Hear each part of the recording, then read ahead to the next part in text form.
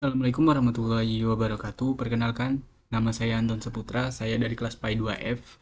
Nah, saya mendapatkan tugas tentang praktik yang sudah diajarkan Bapak Mahfuz, yaitu praktek saya Independent Stability Text.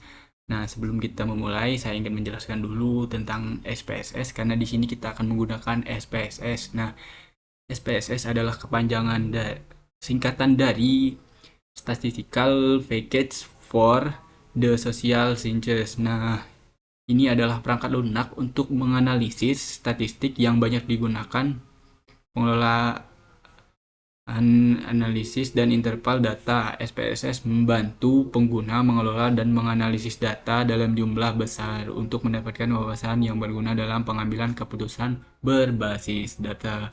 Nah, di sini saya sudah membuat kasusnya, yaitu seorang guru bernama Rifki ingin mengetahui apakah terdapat perbedaan yang signifikan dalam nilai mata kuliah yang diraih mahasiswanya berdasarkan kelasnya dari data berikut. Nah, datanya yang ini ya. Nah, hipotesisnya kita baca dulu. H0 tidak terdapat perbedaan rata-rata yang signifikan antara kedua kelas B1 dan B2. H1-nya terdapat perbedaan rata-rata yang signifikan antara kedua kelas B1 dan B2. Nah, pengambilan keputusannya nanti akan kita lihat di sini ya. Nah, jika T hitung lebih besar dari T tabel, maka H0-nya ditolak. Dan sebaliknya, jika T hitungnya lebih kecil dari T tabel, maka H0-nya diterima. Nah, selanjutnya, mari kita mengerjakan. Kita salin data ini. Yang itu saja. Lanjut, Ctrl C. Nah, yang diperlukan di atas, kita tempel di sini. Lanjut, kita Ctrl C supaya karena data seperti ini tidak bisa langsung kita salin ke SPSS. Gunanya Excel ini supaya datanya tidak datar seperti ini. Kita buat vertikal, paste, lalu kita transform. Nah, selesai. Lanjut, kita rubah P-nya jadi 1, L-nya jadi 2, B1-nya jadi B jadi 1, B2-nya jadi 2 dengan cara Ctrl H. Hapus P yang bawahnya 1, tinggal replace saja. Oke saja. Nah, sudah berubah di sini. Kita lanjut L 2 replace. Lanjut lagi B1 1 replace. Oke saja.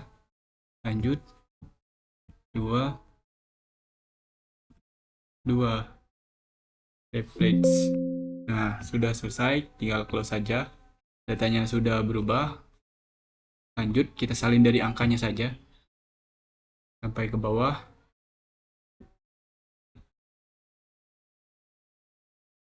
Lagi. Ctrl C. Sebelum itu kita siapkan dulu SPSS-nya. Kita buka SPSS.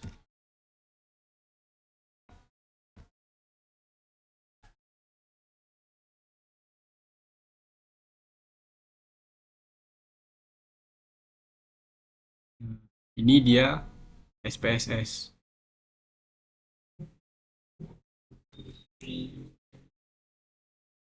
Oke, sebelum itu kita isi variabelnya dulu. Singkat waktu, JK jenis kelamin, kita enter. Habis JK itu kelas, kita isi KLS saja, lanjut nilai. Nah, values-nya kita ganti juga. 1 F F add 2 LK add saja, lalu oke. Nah, lanjut 1 B1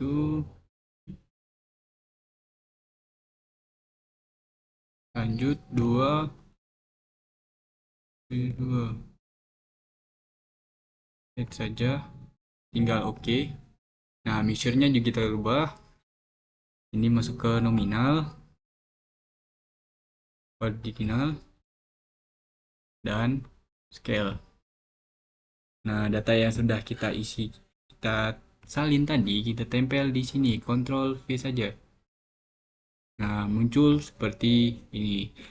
Nah, untuk mencari independennya, kita masuk ke components, data independennya, independent sample text.